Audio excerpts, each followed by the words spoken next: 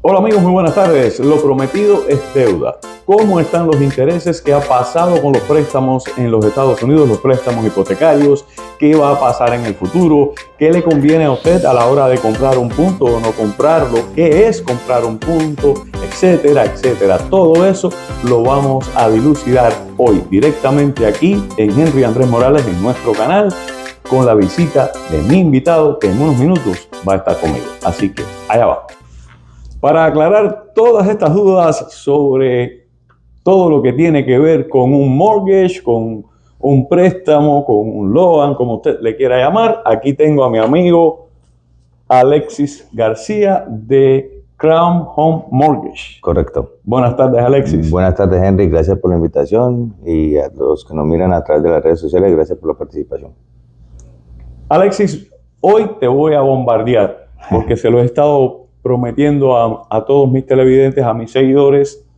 Y Alexis lleva ya años trabajando con nosotros. Sí, señor. Y la realidad es que el mercado es muy cambiante. El mercado en cuanto a los préstamos. Porque hoy nos vamos a referir específicamente y claramente a eso.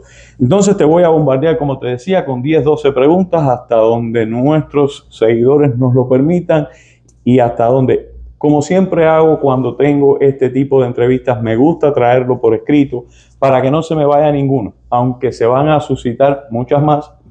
Y como siempre, Alexis, me gustaría que si quieres hacer una introducción sobre cómo está el mercado ahora mismo, qué es lo que está pasando hoy en que tú y yo estamos hablando, que estamos comenzando el mes de octubre y terminando el mes de septiembre del 2024.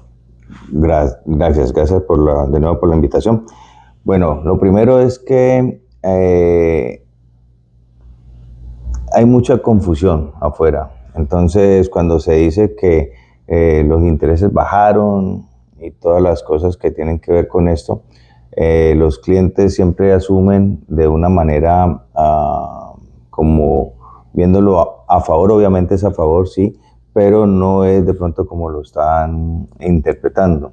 Entonces, eso puede traer a veces, esa confusión puede traer a veces que el cliente se retraiga a la hora de comprar y pueda también generar un tipo de inconveniente al realtor, que es como la primera persona con la que está entrevistando para determinar si al fin va a comprar o no.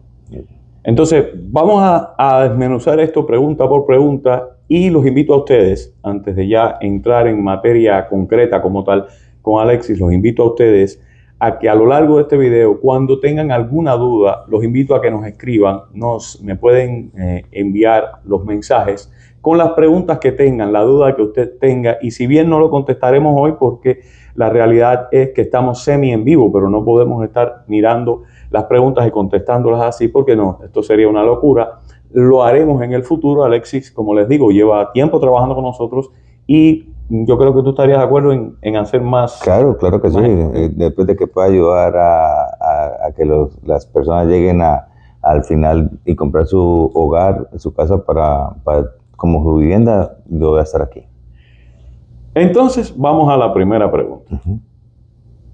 La primera pregunta es específicamente, ¿qué significa comprar un punto, Alexis? Porque muchos de los que están del lado de allá hablan, escuchan, tal vez no a las voces más autorizadas en esto, tal vez a las más autorizadas, y escuchan, como les decía, compra un punto, mejora el interés, que es principalmente el problema fundamental que ustedes que están del lado de allá y que están buscando un préstamo creen tener.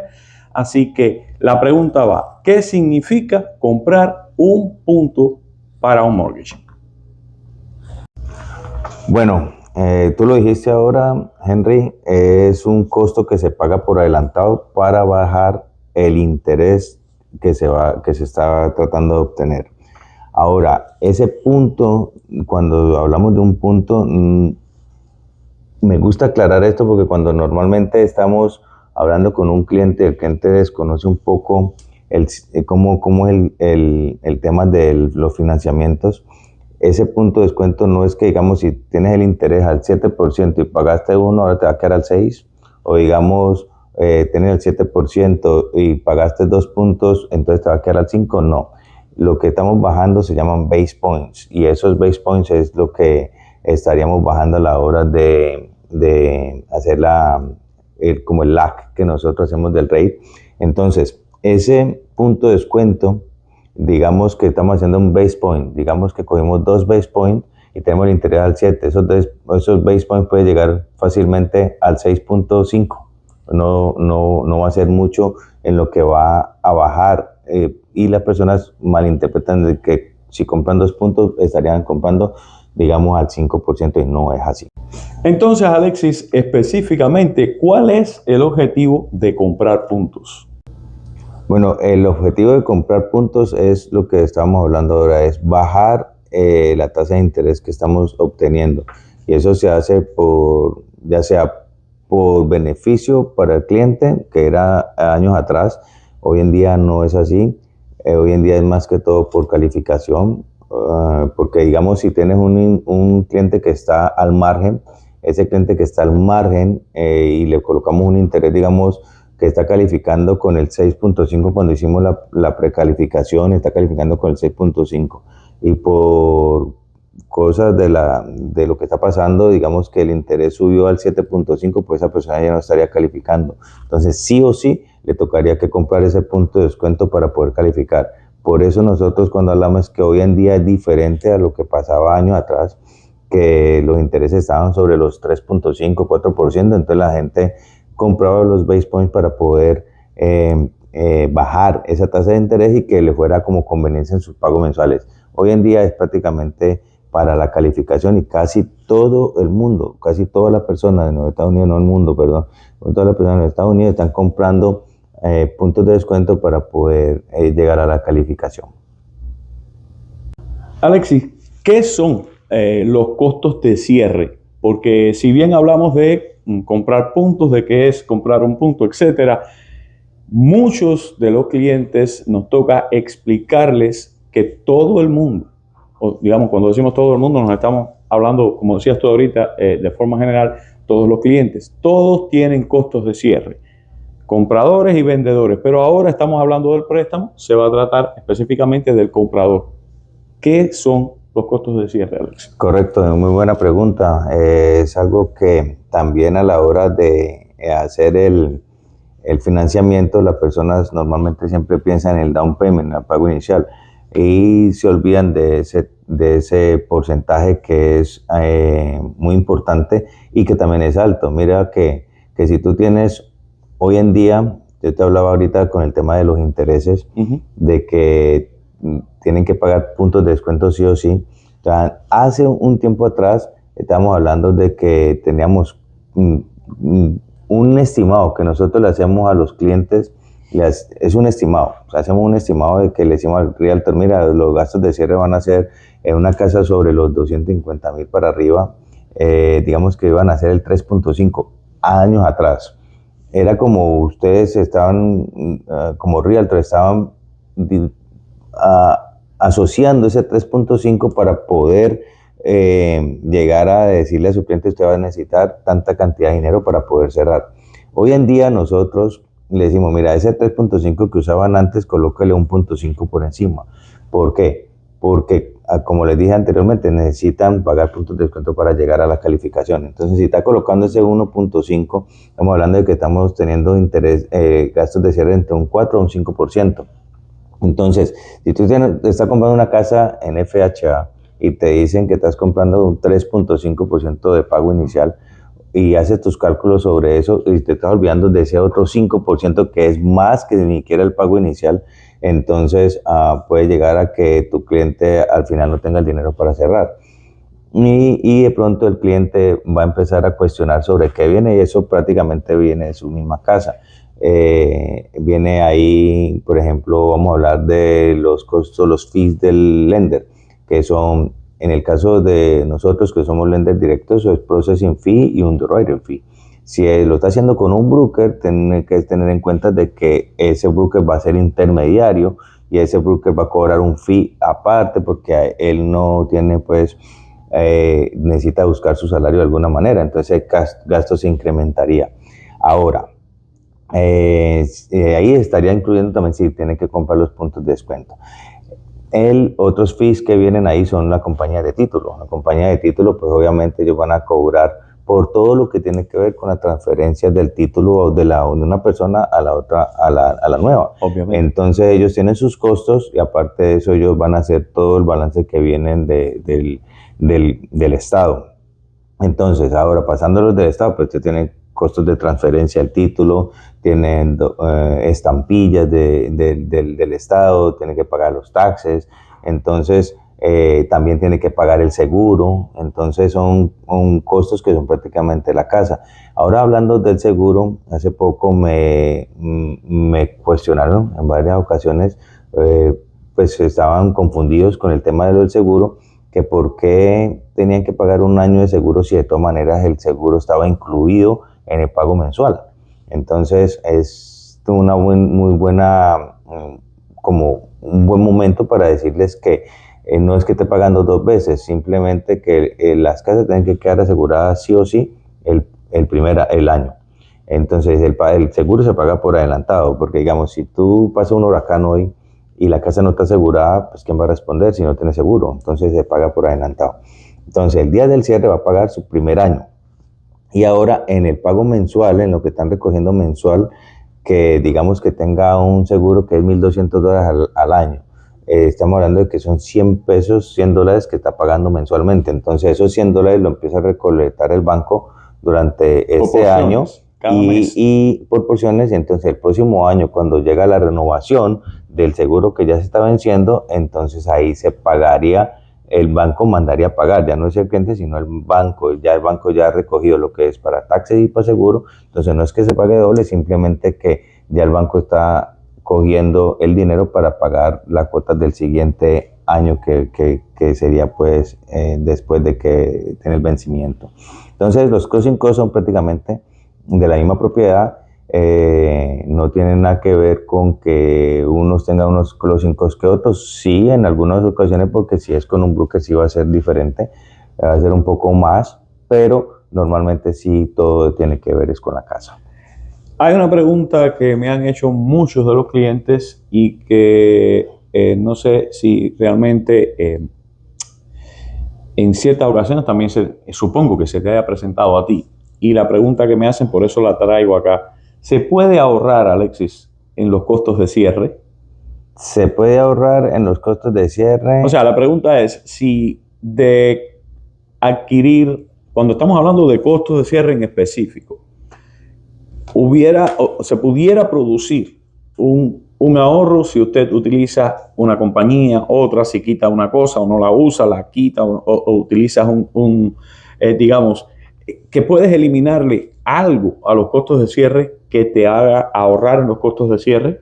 Por supuesto, mira, si por ejemplo tú estás usando un broker intermediario, cuando tú hablamos de broker intermediario, son loan officers como nosotros que de pronto se pusieron a trabajar independientemente y entonces ese persona, ese loan officer él empieza a buscar a qué banco enviarlo. Entonces él va a empezar a buscar si este banco le preaprueba, si el otro le preaprueba, va a tener varios bancos a donde ir. Ahora no va a tener control nunca. Al no tener control, ¿qué quiere decir? Que por ejemplo con los deals que hacemos tú y yo, si tú me llamas a mí un sábado, un domingo, un lunes y me dices, mira, Leslie, necesito que me califique esto, yo tomo la decisión ahí, que saben que trabajo todos los días, y hago la calificación el mismo día y yo voy a tener el control sobre ese préstamo. A la hora que tú me llames por él, yo voy a tener conocimiento de dónde está el préstamo y cómo está. Ahora, si tú estás utilizando un broker intermediario, o sea, un loan officer que se volvió broker, estaríamos pensando en que él tiene que esperar a qué respuesta le va a dar el que realmente tiene el préstamo. Y si lo que realmente tiene el préstamo no le contesta, pues él no te va a contestar inmediato, entonces puede alargar también el tiempo en que se vaya para cerrar. Y obviamente esta persona, como es intermediario y está mandando para diferentes bancos, pues obviamente no es el banco el que le va a pagar a él, sino el cliente. Entonces al final ese cliente estaría colocando un punto por encima, 2 puntos, 3, no sé cuánto estarían cobrando, y ahí estaríamos ahorrando. Si tienen una casa, imagínate, de $1.000.000 y le cobran 2 puntos, ¿cuánto está pagando? ¿Ya? Entonces tú lo multiplicar eso y estaríamos hablando de que tiene una casa de $500.000 y está pagando 1 punto, está pagando $5.000 arriba, ¿me entiendes? Entonces es como... O sea, esta es la importancia, amigos míos, todos mis clientes lo saben, la importancia de escoger un lender directo. Un lender directo, un lender que trabaje directamente contigo. Es ahí donde está en sí el ahorro. El que sea un lender directo es como que nosotros mismos somos los que, el mismo corporación para la que trabajamos, ellos son los mismos que van a hacer el préstamo. A que lo vendan después en el mercado interno, pues eso es lo que solamente siempre sucede, que vende en el mercado interno los préstamos entre un banco y el otro, pero no tiene nada que ver de cómo quedó calificado el cliente. Así como quedó calificado al inicio, así va a estar a donde esté el préstamo y con quien esté, siempre va a tener lo mismo que se obtuvo al inicio, pero no va a tener que pagar costos más costos de lo que ya debería pagar, que es el down payment y sus gastos de cierre. O sea, son unos pequeñitos costos extras que si alguien utiliza un préstamo que no sea, como estamos diciendo nosotros, no está mal, está perfectamente bien, eso es perfectamente legal. No se vayan a imaginar que nosotros estamos diciendo que se está haciendo nada anormal, es absolutamente normal. Lo único que la ventaja... Imagínate que tengas un préstamo que sea $500.000 y tu cliente tiene que sacar el 3.5% de down payment y tiene que sacar el 5% de closing cost. Bueno, entonces está hablando 8.5% aproximadamente. Entonces ya tiene un dinero que va a tener que sacar, pero ahora digamos que tenga que pagarle 2 puntos al cliente, al broker. Sobre esos 500.000 estamos hablando de que son $10.000. O sea que aparte de lo que está colocando de su down payment, sus gastos de cierre, estaría pagando 2 puntos, $10.000 aproximadamente por un intermediario. Entonces eso es como en lo que podría de pronto ahorrar. Alexis, hoy en día está sucediendo otra vez, y digo otra vez porque esto no se veía hacía tiempo, pero ahora lo estamos viendo una vez más, porque el mercado cambia. Este mercado de las finanzas y de los bienes raíces es fluctuante, es muy cambiante, y no nos vamos a meter todavía en ese tema, pero para ahondar en la pregunta específica que viene ahora, te decía, los vendedores o los compradores, que es de quien estamos hablando, siempre te preguntan, ¿me puede contribuir el vendedor con algo? ¿Puede darme una contribución, una concesión? ¿Qué cosa es una concesión o una contribución del vendedor, que ayuda muchísimo? Y hasta dónde, Alexis, en cada, digamos, de los préstamos principales que se utilizan, hasta cuánto puede contribuir porcentualmente un vendedor al préstamo o al comprador monetariamente, digamos, o disminuyendo. Dime tú cómo puede contribuir. No voy a contestar la pregunta haciéndola. Ok. Sí. Si vamos, es dependiendo de los programas. Entonces claro, vamos a hablar de tres. Vamos a hablar de tres bases. Vamos a hablar de FHA, vamos a hablar de convencional y vamos a hablar de inversión. Entonces, en FHA, el seller puede contribuir hasta un 6%, en convencional puede contribuir hasta un 3% y para inversión se puede contribuir hasta el 2%. Entonces, FHA, 6%. En convencional, 3%. Y en inversión hasta el 2%. Hasta el 2%. Hasta el 2%. Me gusta quedarme aquí y recalcarlo, lo estoy escribiendo porque, aunque ustedes crean que no, amigos míos, incluso nosotros que los realtors que trabajamos con esto todos los días, pues tendemos a veces a confundirnos. Y es importante tener en mente estos tres números. Sí. Pero bueno, continúa con tu... Y también tener en cuenta de que, por ejemplo, en FHA tiene hasta un 6% para los gastos de cierre, pero tiene que tener en cuenta de que el pago inicial no puede salir de ahí. Entonces, digamos, si le dan el 6% y tiene el 3.5% de pago inicial y que sea un 5%, que por casualidad de la vida le salió un 3% de closing cost, estamos hablando que es un 6.5%. Digamos que pasó. No tuvo que comprar puntos, es una persona que tenía 800 de crédito, cualquier cosa. Que todo le salió bien, que son, como digo yo, son los, no es que los demás sean imperfectos, pero son los perfectos para un préstamo en ese momento. O que los intereses bajaron, cualquier cosa. Y entonces eso no quiere decir de que entonces la persona va a venir con un 0.5, no, la persona tiene que sí o sí traer su down payment para poder calificar. Entonces digamos que, como para tener el ejemplo, digamos que down payment y closing cost se le fueron 6.5% en total. Y el vendedor le dio 6%, pues entonces el comprador estaría vendiendo con 0.5%, no es posible.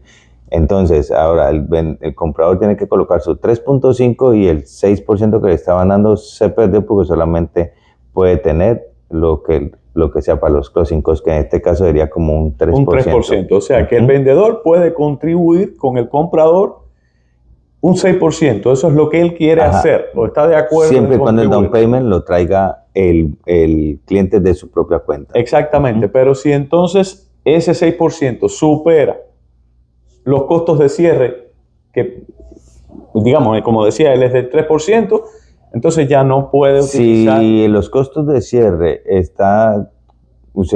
lo que está dando el vendedor, se está usando parte para el down payment, no se puede. No se puede. Entonces es muy claro porque a veces se nos da la situación de que se hace difícil, y por eso es que estamos acá y por eso es que estamos conversando. Esto es una entrevista conversacional. Se nos hace difícil a veces hacerle entender a los clientes por qué si el vendedor me está contribuyendo con tanto, no lo podemos utilizar. Digamos que sea en el caso de hoy. En el caso de hoy, digamos que está comprando un FHA y ese FHA con el 3.5 y que sean los gastos de cierre el 5%.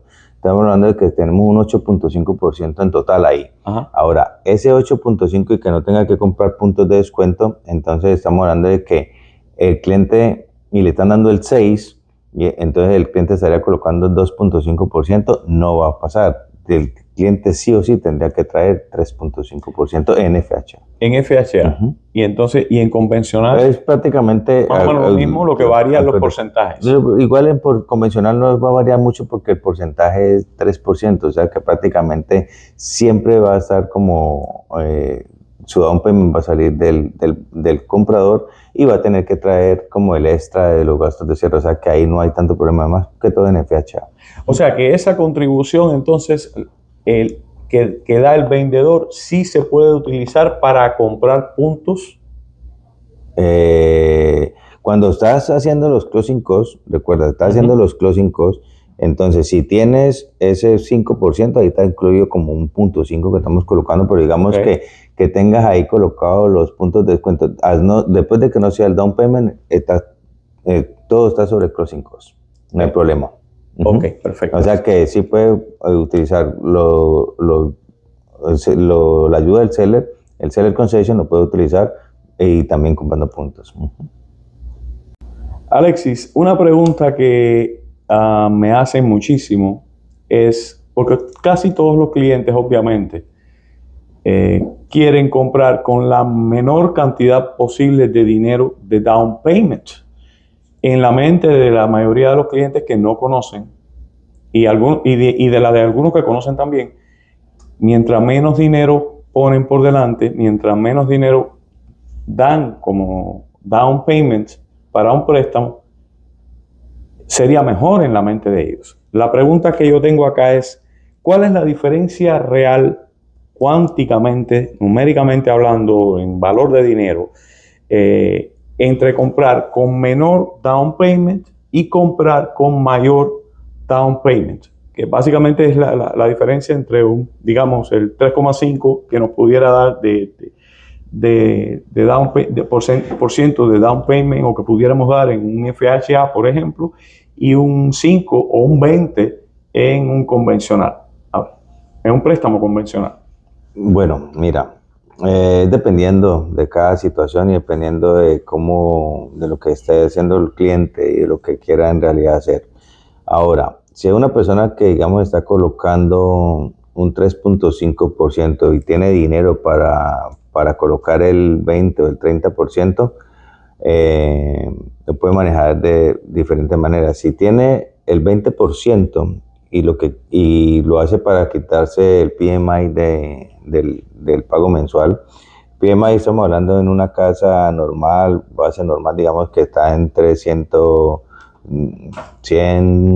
180, dependiendo. El PMI es el seguro de hipoteca, préstamo. El seguro de hipoteca, correcto. Entonces, cuando tenemos un seguro de hipoteca, ese es en FHA, es por toda la vida del préstamo, y en convencional hasta que la persona está debiendo un 78% de la deuda puede desaparecer por sí solo. Y también se puede desaparecer por el equity de la casa, o sea, la ganancia que ha cogido la casa, dependiendo del tiempo que tenga, si el banco lo permite en los años.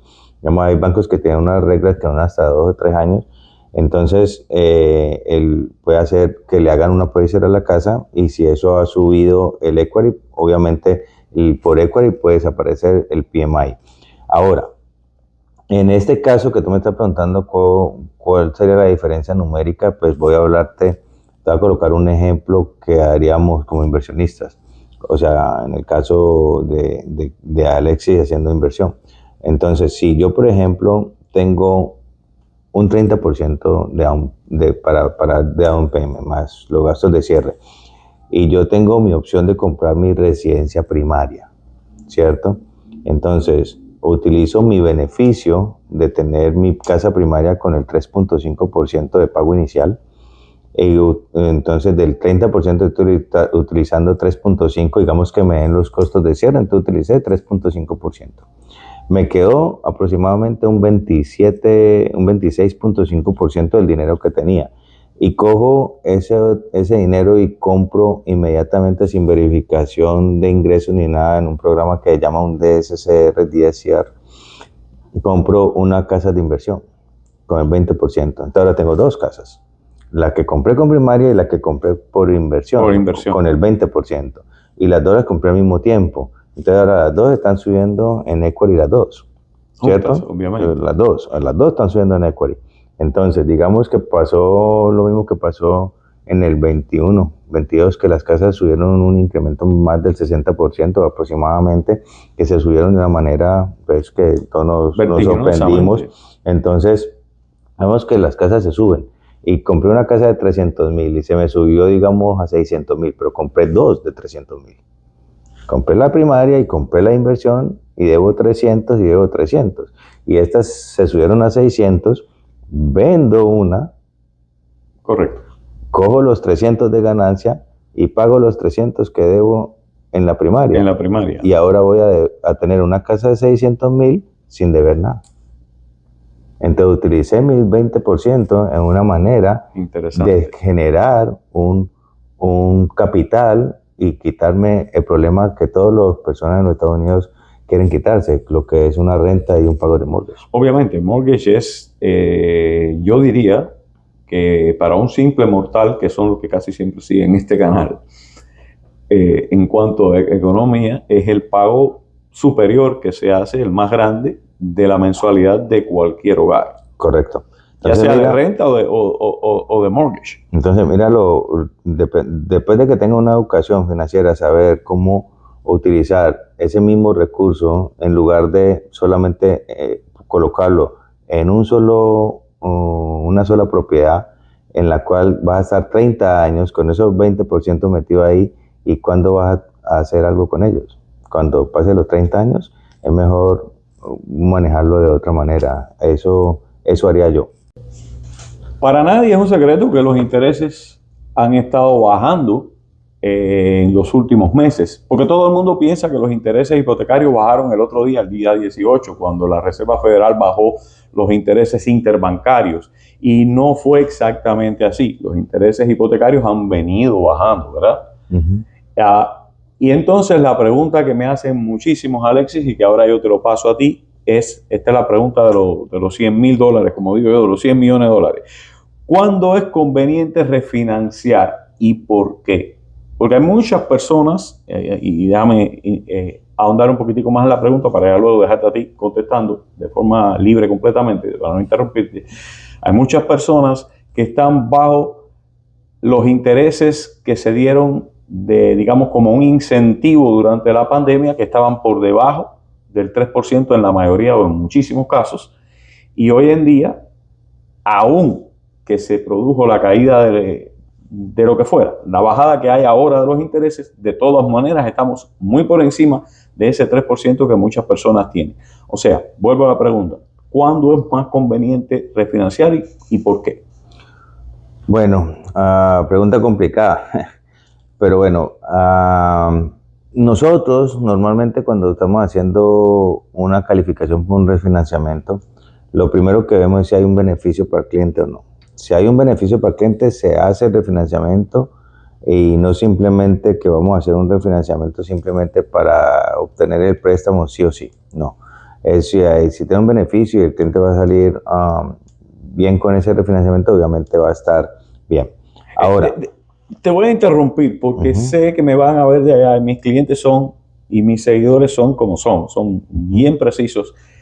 Cuando estamos diciendo esto, cuando Alexis está diciendo que siempre lo hacemos en beneficio del cliente, es la pura verdad, más allá de que cualquiera pudiera pensar que no. ¿Por qué? Porque la vista de nosotros como trabajamos en este equipo de trabajo es el beneficio del cliente todo el tiempo, porque yo quiero un cliente para toda la vida que nos refiera a toda su familia, a todos sus amigos, no un cliente de un día de muerde y huye, como se dice por ahí en el argot latino. Entonces, entendido ahí, seguimos con lo que está diciendo Alexis, que es la pura verdad, y así es que trabajamos nosotros. Eso sí es una promesa 100%. Ok, entonces, así como los intereses estaban al 3.5%, o 3, o inclusive hasta por debajo del 3, las casas tampoco estaban tan altas. Entonces, inmediatamente estaban en ese bajón de esos intereses y también las casas se subieron. Se disparó el Entonces, precio. ahora yo tengo un equity en la casa.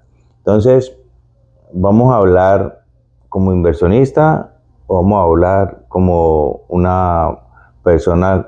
Vamos a centrarnos no en los inversionistas, sino en el comprador. Es que es importante. Es importante. Es importante centrarse en inversionista o como inversionista, porque cuando yo vengo a Estados Unidos, obviamente todos los que venimos a este país venimos en busca de un mejor porvenir, un mejor futuro. Mejorar económicamente, obviamente.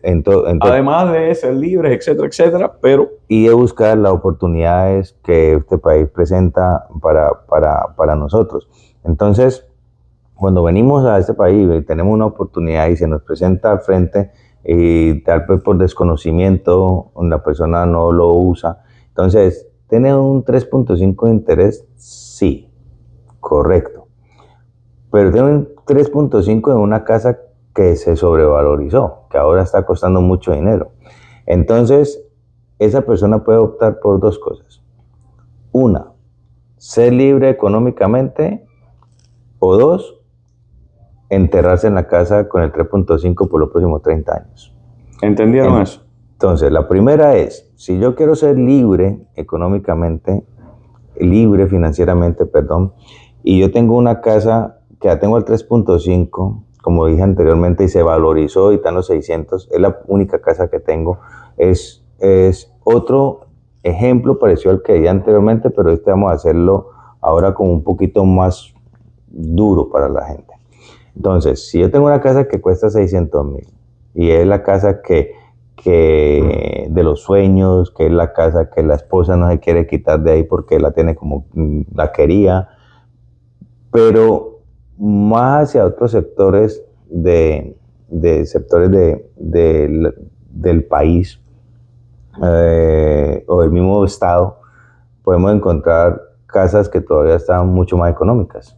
Sí, entonces claro, yo me puedo mudar más hacia el norte, más hacia el oeste, hacia donde sea y que esté más barata. Y si yo tengo una casa que la compré, digamos, en 200,000, hoy cuesta 600,000, y estoy ganando un equity de 400,000 al 3.5%, pero entonces todo el mundo dice, yo tengo una casa en 3.5% y yo no voy a soltar interés por nada del mundo, pero no estás viendo algo que está ahí al frente. Y lo que está ahí al frente es que tengo 400,000 dólares en una casa con el 3.5%, la vendo o la refinancio, le saco el equity de la casa y ahora cojo ese equity y me voy, digamos, más hacia el norte y me compro una casa en efectivo, cash, con los 400,000 y ya no tengo deuda. Y ya con esta puedes o rentarla o venderla. Y la renta se paga sola y que siga subiendo, se paga sola. Y en la otra voy a vivir completamente gratis. Pero entonces ahí el cliente va a decir, no me voy a mudar porque es la escuela del niño, que no me voy a mudar. Todos sabemos que cuando nos mudamos de nuestros países hacia los Estados Unidos, nosotros no vinimos a una ciudad en específico. Nosotros veníamos por los Estados Unidos, los Estados Unidos son 50 estados. Es algo interesante. Todos cuando decimos, bueno, me voy a Estados Unidos, raramente tú dices me voy a la ciudad tal. No, entonces uno se encuentra, yo me encuentro con muchos amigos también que pronto dicen, no, yo no me mudo aquí porque es que la escuela del niño.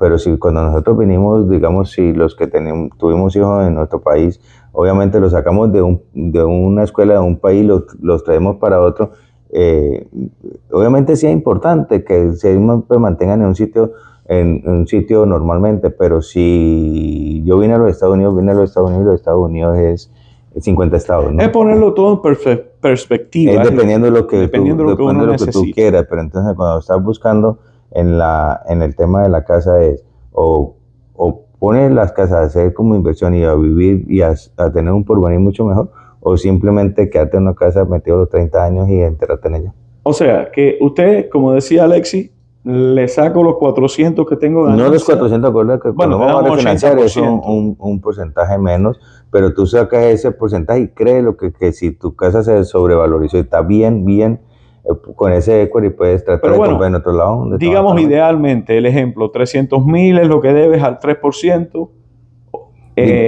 La casa se valorizó digamos, en 700,000 y que te den el 80, vamos a decir que te den $300,000 y con eso te compras una nueva casa cash. Te hago la pregunta a ti como realtor. Si con $300,000, no aquí en el área, donde estás vendiendo en 700, en 600, lo que esté, no en el área donde está, pero hay áreas de los Estados Unidos donde están buenos, de que podemos encontrar casas buenas por 300,000. En el estado de la Florida, sí.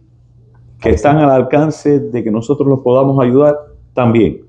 Que tienen que estar dispuestos ustedes a sacrificar o cambiar, o a quien no le interesa, ¿no? El área en que siempre tenemos en mente es así, también es una realidad, pero recuerden que también esa casa de allá la pudieran rentar, no tiene que ser la que van a vivir. Claro, y también va a valorizar, entonces, pero digamos, tal vez yo doy el ejemplo de los hijos porque es la que más escucho, ¿no? Por el cambio de la escuela. La traba más real. El como más así. Entonces, si yo me voy a mudar ahorita, me voy a quitar aquí y me voy a mudar a otro lado donde esté un poco más económico, pero yo me voy a quitar un pago mensual de $2,500, $3,000 al mes. Y además tengo 2 propiedades. Exacto. Entonces me voy a cambiar y ahorita tengo una casa completamente paga y ya no voy a tener ningún dolor de cabeza porque tú terminas de pagar el primer mes, el mes y ya está empezando para coger para el otro. Entonces se quitaría un problema de encima. Y todo esto sería simplemente, amigos míos, a cambio de tal vez subir tu interés del 3, que crees que es el mejor del mundo, tal vez al 6.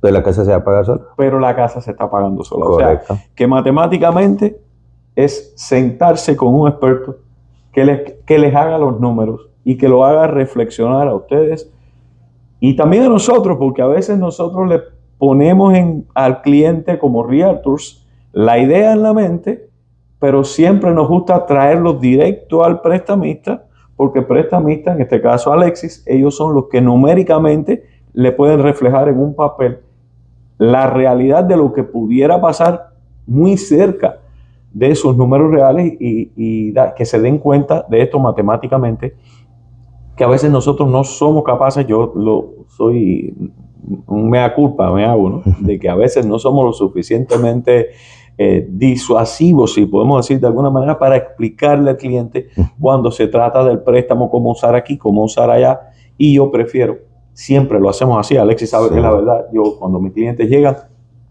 la parte de los números que te la explique el prestamista, porque es quien conoce directamente y va a poder llegar a lo que usted quiere, a enseñar los números reales.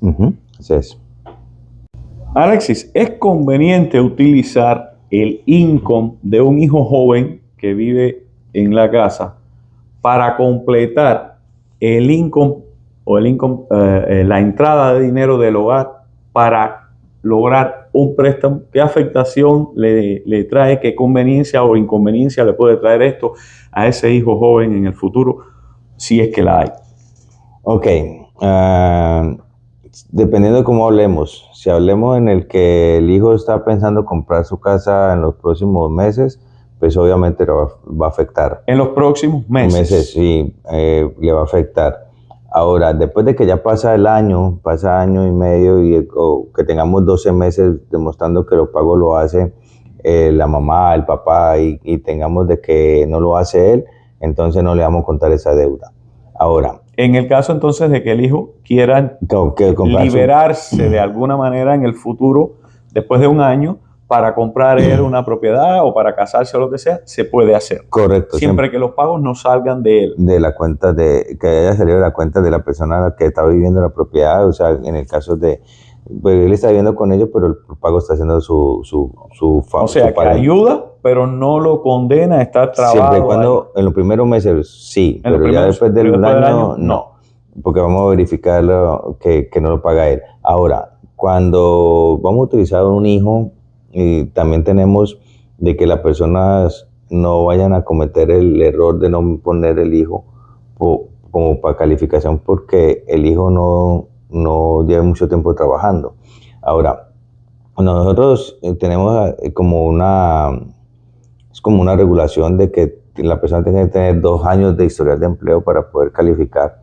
Entonces, si tenemos 2 años de historial de empleo y la persona tiene su empleo actualmente, obviamente esa persona estaría calificando. Ahora, el estudio es como si fuera un empleo.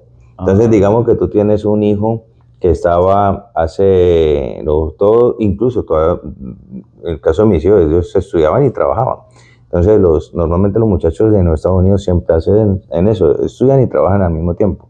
Entonces, ese income de ese hijo se puede usar. ¿Por qué? Porque pues, el muchacho ha estado haciendo algo en esos 2, 3 años anteriores. Entonces, sigamos, el muchacho ha estado en high school y terminó la escuela, digamos, a mitad de año, digamos, terminó. Y comenzó a trabajar inmediatamente. Y la persona y el muchacho comenzó a trabajar con salario, vamos a calificarlo por el salario que va a tener. Si la persona... vamos a aclarar esto, comenzó a trabajar por salario. Quiere decir que no es que le van a pagar por hora, sino que le van a prometer en ese nuevo empleo que le van a pagar una cantidad total al fin del año. O sea, que cada mes va a ganar la misma cantidad y al fin de año va a estar haber ganado tanto. Eso es lo que quiere decir que salario. Por salario, va a ganar siempre lo mismo. Entonces, si es por hora, entonces ahí tenemos que esperar unos meses para poder hacer el averaje de lo que va viniendo a hacer, si sí está haciendo las horas, las 40 horas o no está haciendo las 40 horas. Ahí sí nos tocaría esperar unos meses. Ahí toca esperar unos meses, sí. Siempre cuando haya conseguido el trabajo hace poco. Sí, recientemente, obviamente. Pero como estamos diciendo en el ejemplo que fue acabado de salir, se acabó la escuela en agosto, digo, en mayo, cuando se acabó la escuela aquí, o en junio, y ya empezó a trabajar y lleva 2 o 3 meses. Pero digamos, como esta pregunta es como si, con el caso del hijo, entonces, después de que el hijo haya estado estudiando y trabaje, y digamos, no hablamos de colocar pues de que fue inmediato, pero digamos que el hijo haya estado estudiando los 2 años anteriores y lleve un año, apenas trabajó 6 meses, 8 meses, sí podemos utilizar el income del muchacho y utilizamos los transcritos como si fuera la historial de trabajo. Pero es historial de estudio. O sea, que él no necesita tener los 2 años. ¿Los 2 años de trabajo? No. ¿De trabajo? No, porque vamos a utilizar los transcritos de la escuela como historial. Claro. De que ha estado haciendo algo. Encontrar todas estas vías, reitero una vez más, al final de cada pregunta digo lo mismo, encontrar todas estas vías de lograr el préstamo y de encontrar la vía como tal, siempre va a estar a la distancia del conocimiento de un prestamista experimentado. Y muchos allá afuera creen un cliché de que cierta persona lo hizo así, así fue. Y como siempre tenemos, yo le llamo, en todos los videos lo tengo que mencionar porque es una lucha o es una misión de este canal, tratar de que mis clientes y mis seguidores se despojen un poco, o latinos al fin que somos, del agente familiar de bienes raíces, que quién es el amigo, el vecino, tu hermano, porque lo hizo así. Cada uno es independiente y de acuerdo a su independencia financiera, o sea, a que usted es distinto, el prestamista puede encontrar una vía para usted que no es la misma de su amigo, de la agente familiar de bienes raíces, aunque él lo haya hecho así y sepa mucho de la forma en que él lo hizo. Porque a lo mejor se cierra, muchas veces se cierra, no, yo no puedo, porque ya tengo la experiencia de este amigo mío que no lo pudo hacer. Y ese es el agente, como yo digo, la gente que viene y te dice, no, no se puede, y es lo que tú crees y nunca averiguas. Sí, mira que es muy bueno lo que estás diciendo porque nosotros lo vivimos todo el tiempo. Todos los días nos pasa. Vivimos con clientes de una forma, de la otra. Entonces, al final, los clientes siempre nos enseñan un poquito, ¿no? Porque nos enseñan un poquito de cómo, de lo que está pasando afuera. Entonces, hay gente que le dice, mira, no compre ahora porque los intereses están muy altos.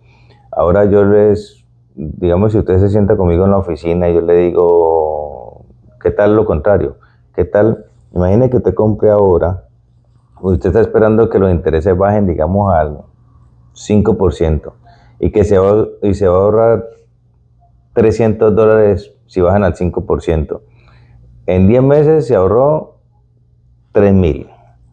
En 20 meses se ahorró 6.000. En 30 meses se ahorró 9.000. Entonces, en 30 meses se ahorró $9.000 cuando... Que es casi la mitad de la vida de un préstamo de 30 años. 9.000 se ahorró por haber esperado que bajaran los intereses. Pero resulta que esa casa subió $200.000. Si lo hubiera comprado ahora. Ahora tuviera usted $200.000 en lugar de tener 9.000. Entonces, es dependiendo, cuando están hablando con las personas, los escenarios, que no se dejen llevar solamente de pronto por personas que pronto pueden hasta tener envidia en ese momento de que la persona va a comprar y ellos no, o cualquier cosa que pueda suceder. Y muchas veces sucede también, Alexis, yo creo, por desconocimiento. Nosotros los latinos tenemos una frase que yo la uso también, o sea, me voy a incluir ahí y digo nosotros, ¿ves? Que el decir esto, yo sé, la realidad es que no sé nada, porque yo no soy un experto en préstamos, yo soy un experto en bienes raíces.